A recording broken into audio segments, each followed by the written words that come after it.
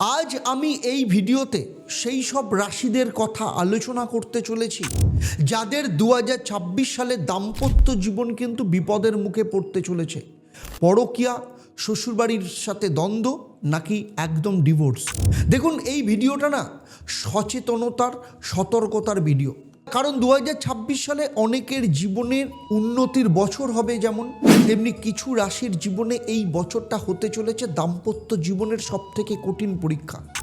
বিয়ে ভাঙবে কিনা, দুজনের মাঝখানে পরকীয়া ঢুকবে কিনা, শ্বশুরবাড়ির সাথে সম্পর্ক বিষাক্ত হবে কিনা, এই সমস্ত প্রশ্নের উত্তর একদম গ্রহদের অবস্থান থেকে আলোচনা করব। আজকের আমি এই ভিডিওতে বলবো 2026 সালে কোন কোন রাশির জীবনে ডোমেস্টিক ক্রাইসিস আসতে চলেছে, সমস্যা আসবে পরকীয়ার কারণে নাকি শ্বশুর বাড়ির অহেতুক হস্তক্ষেপে, কোথায় শুধু সমস্যা আর কোথায় প্রবল ডিভোর্সের যোগ। আর একেবারে শেষে বলবো আপনাদের ক্ষেত্রে মহা উপায় এমন কি করবেন যা করলে এই বিপদ অনেকটাই আপনাদের জীবনে কমবে। তাই এই ভিডিওটা শেষ অবধি খুব মন দিয়ে দেখবেন, কারণ শেষের রাশিটা অনেকের ক্ষেত্রে কিন্তু সারপ্রাইজ হতে চলেছে।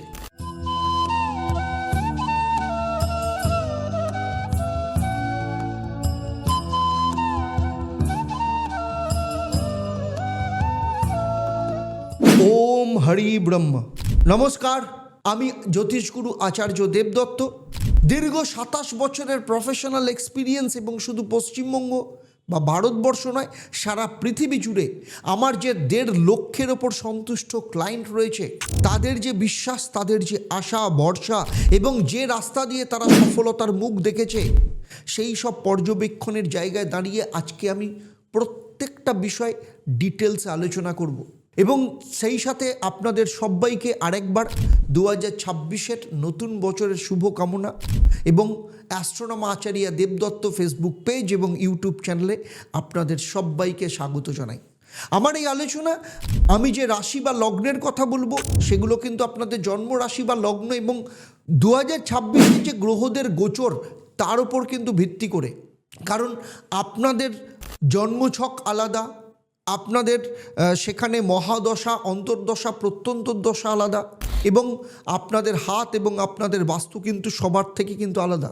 তাই আমার এই আলোচনার মধ্য দিয়ে কোথাও যদি আপনার মনে হয় আমি যা বলছি কিন্তু আপনার জীবনের সাথে সেটা মিলছে না, তাহলে আমি বলবো ইমিডিয়েট আপনি কাউকে দিয়ে আপনার জন্মছক, হাত কিংবা বাস্তুটাকে বিচার করিয়ে নিন। সেখানেই আপনার সমস্ত প্রশ্নের উত্তর পেয়ে যাবে।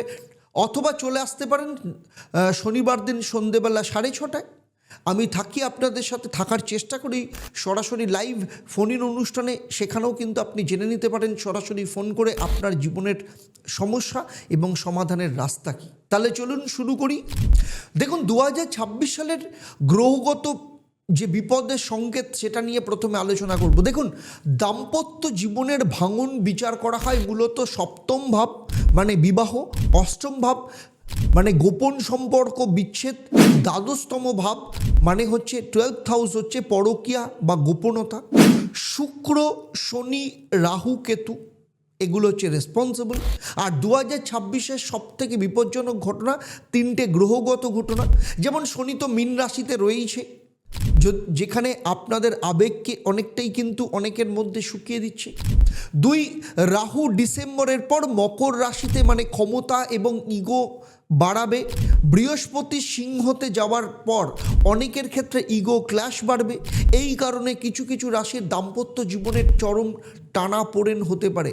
প্রথম যে রাশির কথা বলবো সেই রাশি হচ্ছে বৃশ্চিক রাশি।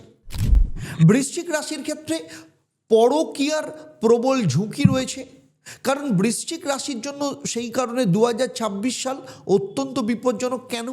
তার কারণ হচ্ছে শনি আবেগকে জমিয়ে রাখবে, রাহু গোপন সম্পর্ক বাড়াবে এবং 12তম ভাব অত্যন্ত সক্রিয় হবে। এর ফল কী হবে? এর ফল হচ্ছে একাকিত্ব, গোপন চ্যাট, অফিস বা অনলাইনে কোনো পরকীয়া সম্পর্ক তৈরি হওয়া। বহু ক্ষেত্রে দেখা যাবে দাম্পত্য জীবনের দুজনের মধ্যে কথা নেই, কিন্তু বাইরের আবেগ অনেকে খুঁজছে। ডিভোর্স যোগের ক্ষেত্রে বলবো মাঝারি থেকে প্রবল, বিশেষ করে জুন থেকে ডিসেম্বরের মধ্যে। দু নম্বর যে রাশির কথা বলবো সেই রাশি হচ্ছে মিথুন রাশি। মিথুন রাশির ক্ষেত্রে দুদিকে সামলাতে গিয়ে সম্পর্ক ভাঙন।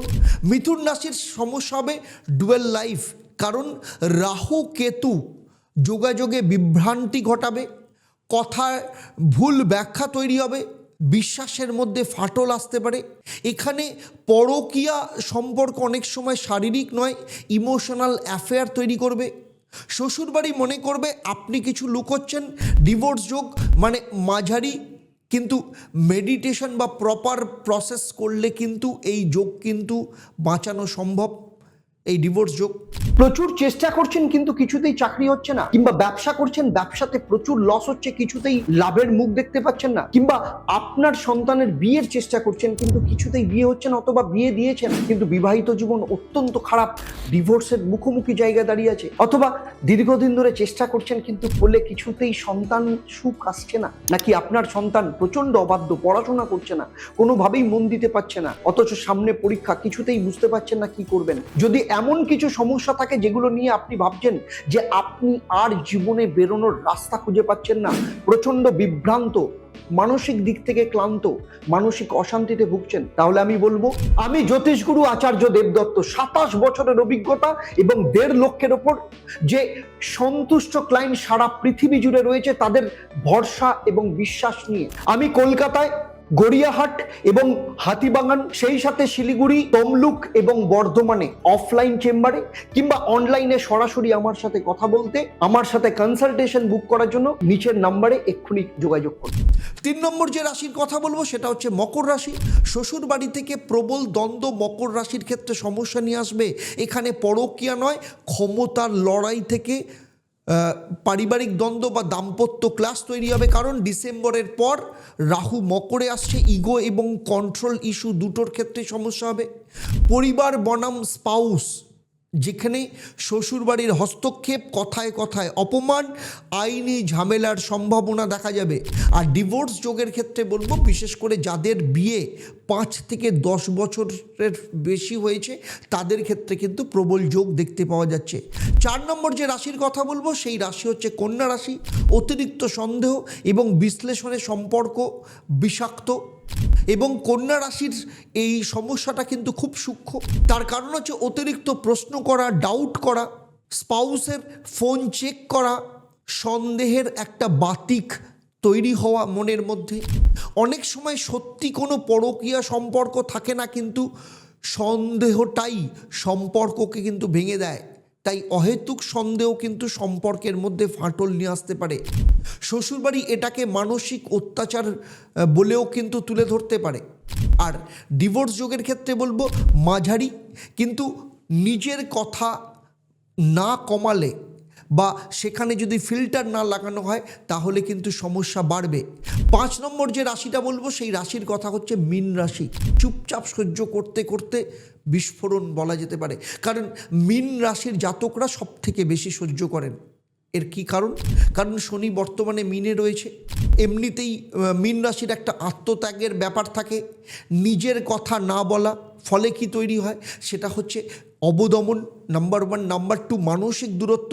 নাম্বার 3 হচ্ছে হঠাৎ একদিন সম্পর্ক ভেঙে ফেলা। এখানে পরকীয়ার সম্ভাবনা কম, কিন্তু ইমোশনাল শাটডাউন অনেক বেশি যোগ দেখতে পাওয়া যাচ্ছে। ডিভোর্স যোগের ক্ষেত্রে বলবো মাঝারি থেকে প্রবল, বিশেষ করে দীর্ঘদিন ধরে তাদের দাম্পত্য জীবন রয়েছে। 6 নম্বর রাশি হচ্ছে সিংহ রাশি। ইগো ক্লাস থেকে সেপারেশন বলা যেতে পারে। সিংহ রাশির জন্য 2026-এর সব থেকে বড় শত্রু কে জানেন? সেটা হচ্ছে আপনার ইগো। তার কারণ বৃহস্পতি যখন সিংহে আসবে অহেতুক আত্মবিশ্বাস বাড়িয়ে দেবে, কিন্তু তার পাশাপাশি নমনীয়তাকে কমিয়ে দেবে। দুজনেই নিজেদেরকে সঠিক ভাববে, কেউ একে অপরের কাছে নত হবেন না, যার ফল কি? নাম্বার 1 আলাদা থাকার সিদ্ধান্ত নেওয়া। তাদের নাম্বার 2 কেউ সেই কারণে আইনি নোটিশ পাঠাতে পারেন। নাম্বার 3 একদম সেপারেশনের কথা চিন্তা করা বা সেপারেশনে যাওয়া। ডিভোর্স যোগ যদি বলবো প্রবল হতে পারে যদি ইগোকে নিয়ন্ত্রণে না রাখা যায়। সব দান টাকার নয়, কিছু দান ইতিহাস তৈরি করে। দক্ষিণেশ্বরের কাছে ঠাকুর শ্রী শ্রী রামকৃষ্ণ পরমহংস দেবের জন্মতিথিতে উদ্বোধন হতে চলেছে ঈশ্বরের মন্দির। তাই আজই আপনার সাধ্যমতো অর্থ সেবা দিন এবং ঈশ্বরের সদস্য পদ গ্রহণ করুন। আপনার নাম লিখে রাখুন এই পবিত্র যাত্রায়। তাই নিচের নম্বরে যোগাযোগ করুন। তাহলে বড় সতর্কতা কি? মনে রাখুন 2026 সাল ডিভোর্স আসবে না হঠাৎ করে, কিন্তু এটা হবে কোথাও না কোথাও একটা জমে থাকা রাগ, না বলা কথা, অহংকার, তৃতীয় ব্যক্তির হস্তক্ষেপের ফল। দেখুন, আগুন ভেতরে আগে থেকেই ছিল, গ্রহদের কাজ হচ্ছে সেই আগুনে হাওয়া দেওয়া। চলুন দেখে নিই আপনাদের সবার জন্য মহা উপায় কী রয়েছে। এই বছর দাম্পত্য জীবন বাঁচাতে শক্তিশালী মহা উপায় হচ্ছে প্রতি শুক্রবার সবাই একটা সাদা মোমবাতি, একটা গোলাপ ফুল নিয়ে মা লক্ষ্মীর পায়ে রাখুন এবং সাদা মোমবাতি জ্বালান এবং মনে মনে বলুন, আমাদের সংসারে শান্তি ফিরুক। প্রতি শনিবার কালো ডাল বা কালো তিল আপনার সাধ্যমতো গরিব পরিবারকে দান করুন। আর সব থেকে জরুরি কথা হচ্ছে, রাগের সময় কোনো সিদ্ধান্ত নেবেন না। দেখুন, এই ভিডিও কিন্তু কাউকে ভয় দেখানোর জন্য নয়, এই ভিডিওটা আপনাকে বাঁচানোর জন্য। যদি আপনি নিজের রাশিটা এখানে দেখতে পান তাহলে ভয় পাবেন না, সতর্ক হন। কারণ যে আগে বুঝে যায় তার জীবন ভাঙে না, সে জীবনকে নিজের মতো করে ঠিক করে নেয়। আমার এই আলোচনা আপনাদের কেমন লাগলো অবশ্যই নিচে কমেন্ট করে জানাবেন। আপনার রাশি কি সেটাও জানাবেন এবং আপনার জীবনের সাথে বর্তমানে কি এক্সপিরিয়েন্স আপনি ফিল করছেন সেটাও কিন্তু আমাকে কমেন্টে জানাবেন। আমি প্রত্যেকটা প্রশ্নের উত্তর দেব। আর সেই সাথে যদি মনে করেন যে আপনার জীবনে প্রচণ্ড সমস্যা চলছে, এতটাই সমস্যা যে আপনার কন্ট্রোলের বাইরে চলে গেছে, কিন্তু আপনি যে কোনোভাবেই তার সমাধান চান, তাহলে বলবো নিচের যে নাম্বার রয়েছে সেই নাম্বারে ফোন করে আপনারা সরাসরি আমার সাথে অনলাইনে কনসালটেন্সি কিংবা অফলাইনে চেম্বারে আমার সাথে কনসালটেন্সি নিতে পারেন, বুক করতে পারেন। নিচে তার নাম্বার রয়েছে। তাহলে আজকের মতো বিদায় নিচ্ছি। আবার দেখা হবে আপনাদের সাথে পরবর্তী পর্ব আপনাদের জীবনের অন্য কোনো সমস্যার সমাধান নিয়ে। আপনারা আপনাদের পরিবারের সাথে ভালো থাকুন, সুখে থাকুন, শান্তিতে থাকুন এবং নিয়মিত দেখতে থাকুন অ্যাস্ট্রোনম আচার্য দেবদত্ত এবং লাইভ ফোন ইন অনুষ্ঠান। আর তার সাথে ঈশ্বরকে জানুন, শ্রী রামকৃষ্ণ পরমহংস দেব ঈশ্বর, সেই অর্গানাইজেশনকে জানুন এবং তার সদস্য হন। ঠাকুরের স্মরণে আসুন, জীবন পাল্টে যাবে। কারণ যিনি রামকৃষ্ণ পরমহংস দেবের স্মরণে এসছেন তাকে জীবন কিন্তু কখনো ফেলে দেয়নি। আর আপনাদের জন্য অত্যন্ত সুখবর দিয়ে যাচ্ছি, সেটা হচ্ছে 1 মার্চ ঠাকুরের জন্মতিথি এবং ঈশ্বরের মন্দির উদ্বোধন হতে চলেছে। কোথায়? তাও আবার ঠাকুরের চারণভূমি, ঠাকুরের কর্মভূমি দক্ষিণেশ্বরের কাছে। চলুন তাহলে সবাই মিলে একসাথে বলি, ওম একং ব্রহ্ম প্রেমং পরমম। অর্থাৎ ঠাকুরের কথায় ব্রহ্ম তো একই, কিন্তু তাকে পাওয়ার রাস্তা প্রেম দিয়ে। নমস্কার, ভালো থাকবেন।